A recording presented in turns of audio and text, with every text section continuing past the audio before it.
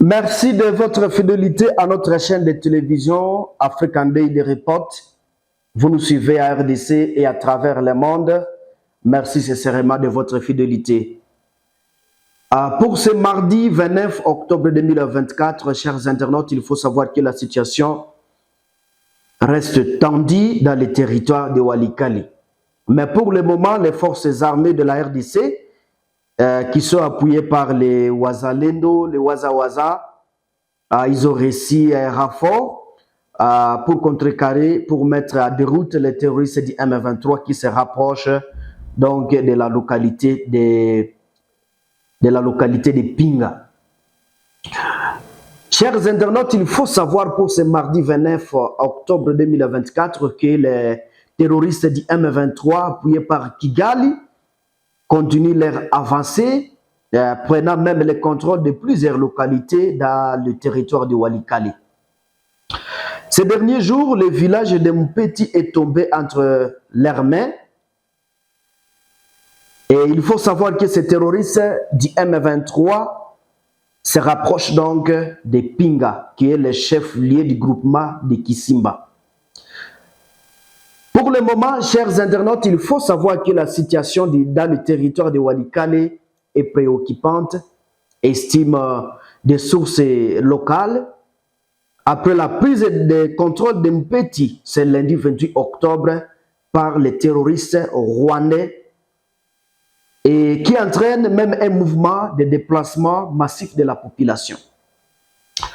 Des habitants de Mpeti, mais aussi une partie de ceux de Pinga, qui est située à 18 km, ont quitté leur foyer.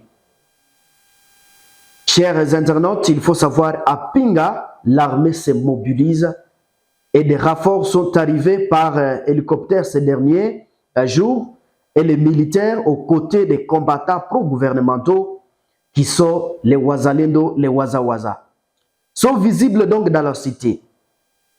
L'activité économique est au ralenti pour le moment et il faut savoir que Pinga était verrou stratégique et plus d'abriter une position de l'armée.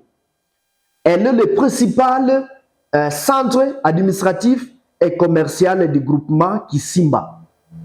Chers internautes, il faut savoir que cette localité tombe en main du M23.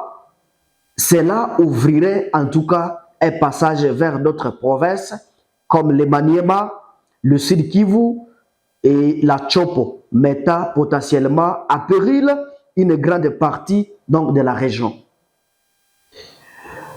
La société civile locale tire la sonnette d'alarme et appelle le gouvernement à renforcer davantage les positions militaires pour éviter la chute de Pinga. Car selon elle, à cas de la perte de cette cité, c'est tout le territoire de Walikale qui serait directement menacé. Et pour le moment, chers internautes, oui, les forces armées de la RDC, appuyées par les Wazalendo, les jeunes résistants, et sont toujours en train de serrer leur ceinture pour mettre à déroute ces terroristes du M23 qui ne cessent en tout cas d'avancer vers le centre de Pinga. Et chers internautes, il faut savoir que la situation justement reste tendue, mais Dieu est avec les forces armées de la RDC qui sont appuyées par les Wazalendo. Appuyons tous donc notre armée, c'est l'unique armée que nous avons à RDC et que les autorités prennent en tout cas la situation donc à main, qu'ils renforcent, qu'ils continuent toujours à renforcer les FARDC sur les lignes de front. Voilà, chers internautes, des flashs de formation pour vous. Nous sommes mardi 29 octobre 2024. Restez branchés, nous sommes là pour vous informer, vous actualiser de ce qui se passe ici à l'est de la RDC. Ne manquez pas de vous abonner, aimer et partager nos publications. Je suis Mwana Mpenzi Manzekele à la présentation. À tout à l'heure.